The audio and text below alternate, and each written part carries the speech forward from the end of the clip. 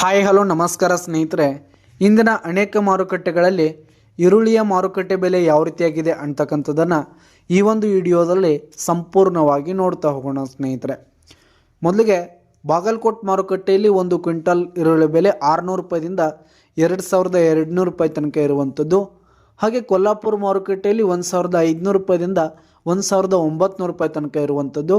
ಹಾಗೆ ಹುಬ್ಬಳ್ಳಿ ಮಾರುಕಟ್ಟೆಯಲ್ಲಿ ಒಂದು ಕ್ವಿಂಟಲ್ ಈರುಳ್ಳಿಯ ಬೆಲೆ 1000 ರೂಪಾಯಿದಿಂದ 2100 ರೂಪಾಯಿ ತನಕ ಇರುವಂಥದ್ದು. ಹಾಗೆ ಬಾರಾಮತಿ ಮಾರುಕಟ್ಟೆಯಲ್ಲಿ 1200 ರೂಪಾಯಿದಿಂದ 1800 ರೂಪಾಯಿ ತನಕ ಇರುವಂಥದ್ದು.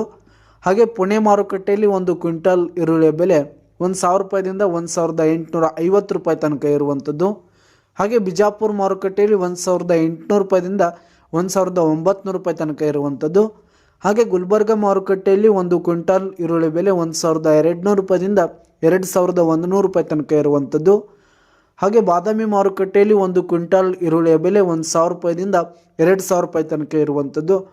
ಹಾಗೆ ಚಿತ್ರದುರ್ಗ ಮಾರುಕಟ್ಟೆಯಲ್ಲಿ 1400 ರೂಪಾಯಿದಿಂದ 2150 ರೂಪಾಯಿ ತನಕ ಇರುವಂಥದ್ದು. ಹಾಗೆ ಗಂಗಾವತಿ ಮಾರುಕಟ್ಟೆಯಲ್ಲಿ ಒಂದು ಕ್ವಿಂಟಲ್ ಈರುಳ್ಳಿಯ ಬೆಲೆ 1100 ರೂಪಾಯಿದಿಂದ 2300 ರೂಪಾಯಿ ತನಕ ಇರುವಂಥದ್ದು. ಹಾಗೆ ಸೊಲ್ಲಾಪುರ ಮಾರುಕಟ್ಟೆಯಲ್ಲಿ 1000 ರೂಪಾಯಿದಿಂದ 2250 ರೂಪಾಯಿ ತನಕ ಇರುವಂಥದ್ದು. ಹಾಗೆ ಅಕ್ಲೂಜ್ ಮಾರುಕಟ್ಟೆಯಲ್ಲಿ 200 ರೂಪಾಯಿದಿಂದ 1900 ರೂಪಾಯಿ ತನಕ ಇರುವಂಥದ್ದು.